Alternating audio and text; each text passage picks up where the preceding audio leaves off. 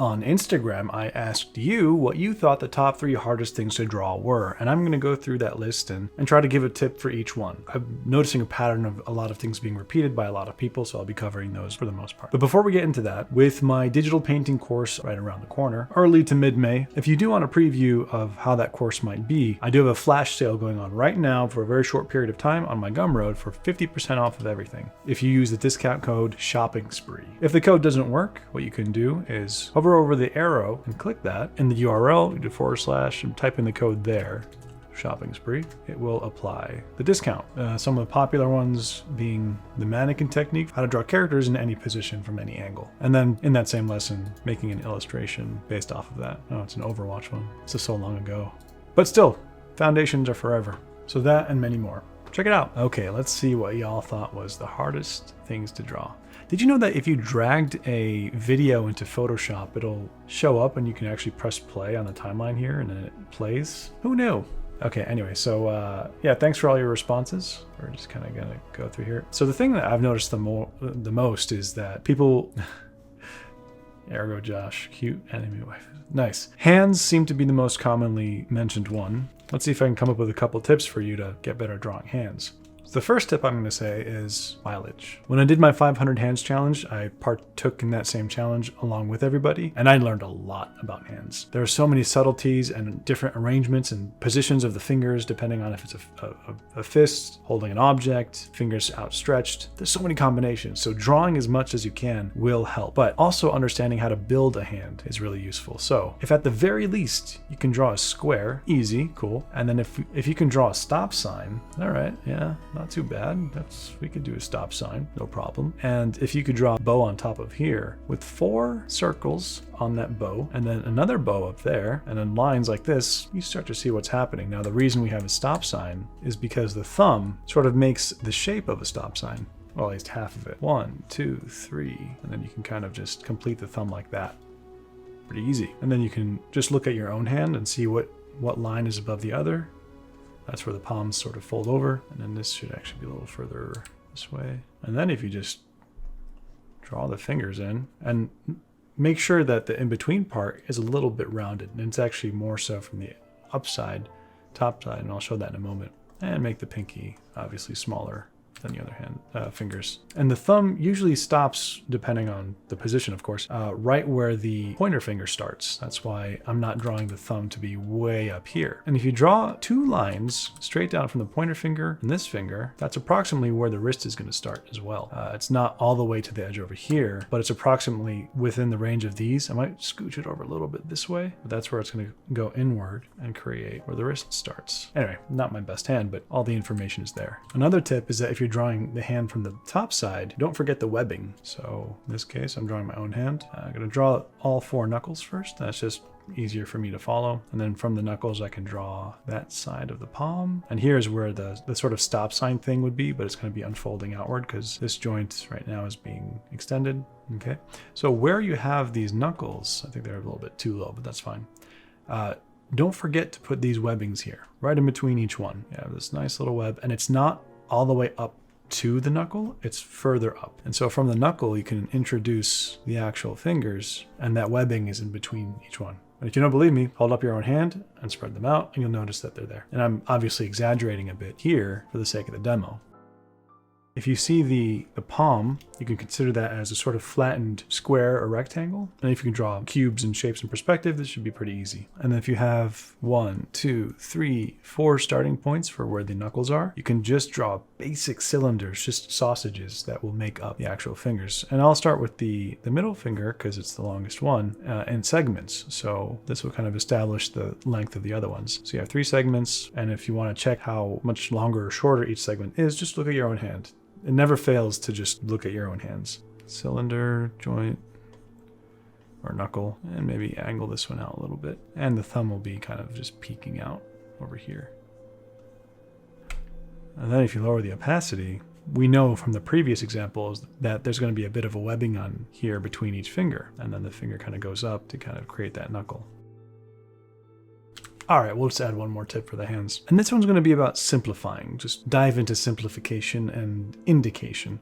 So if you have your character and you want to draw hands in there, well, obviously there's different ways to show the hands. One mistake would be to kind of have the hands extended out and the fingers too, we'll say, unrelaxed. But what usually happens if you're holding your hands to your side, the hands will sort of relax and the fingers will curl. And so you can kind of indicate that by having the wrist here. Start with the palm. Palm's always the easiest to draw because it's just a square with a bit of connective geometry to the wrist. And then if you imagine each one of these groupings of fingers, whether they're together or apart, as a plane, and you connect the planes in 3D like this. So just as a quick example, if you just indicate and simplify all 4 of these fingers, at least the top part, as one shape with a geometry like this, and then keep going with that idea by creating very simple 3-faceted geometry, you can go back and fill that in later. So what does that look like here? Why am I drawing this in that way? So over here, what I would do is just draw that first plane, and then the next plane, and then the third plane, and then maybe the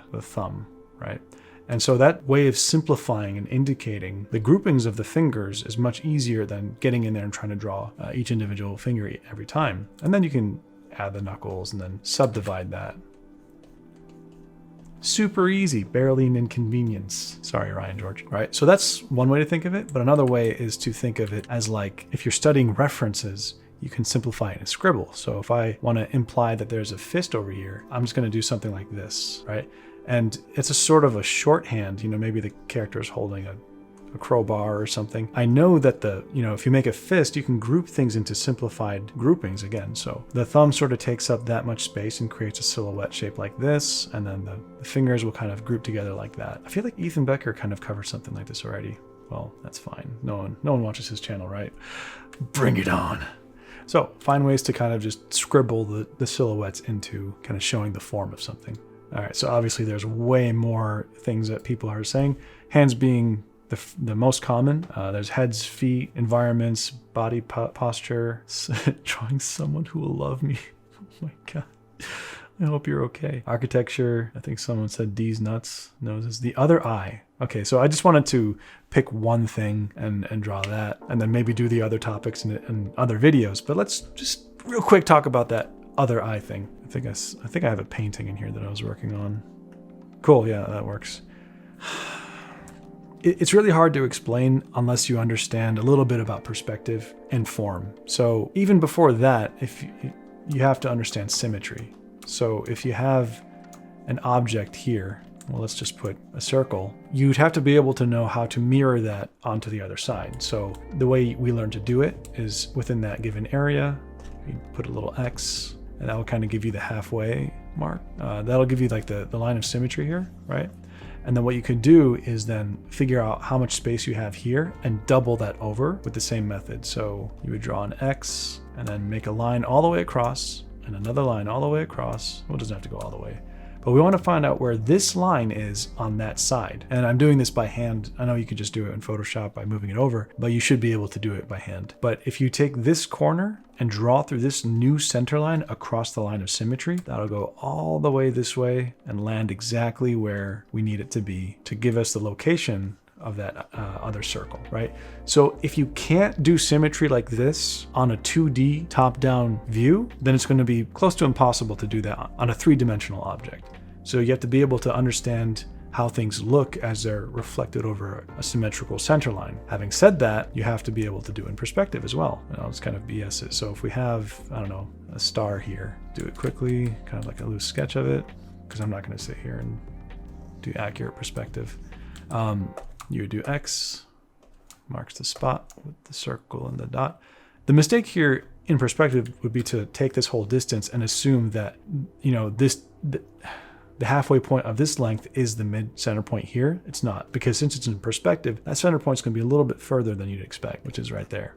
Find out where this point is. Actually, since we already have the X, we could just draw this line over here by drawing an X, finding that center line and drawing that over. All right, well, it was kind of loosely drawn, but it'll be approximately over here. So if you can't do that, then also drawing the other eye is going to be very hard, because let's take a look at this drawing again. Here is the center line of the character. I should just save this for my course. Well, I'll repeat this again in far more detail in the actual portrait course. So that's the center line.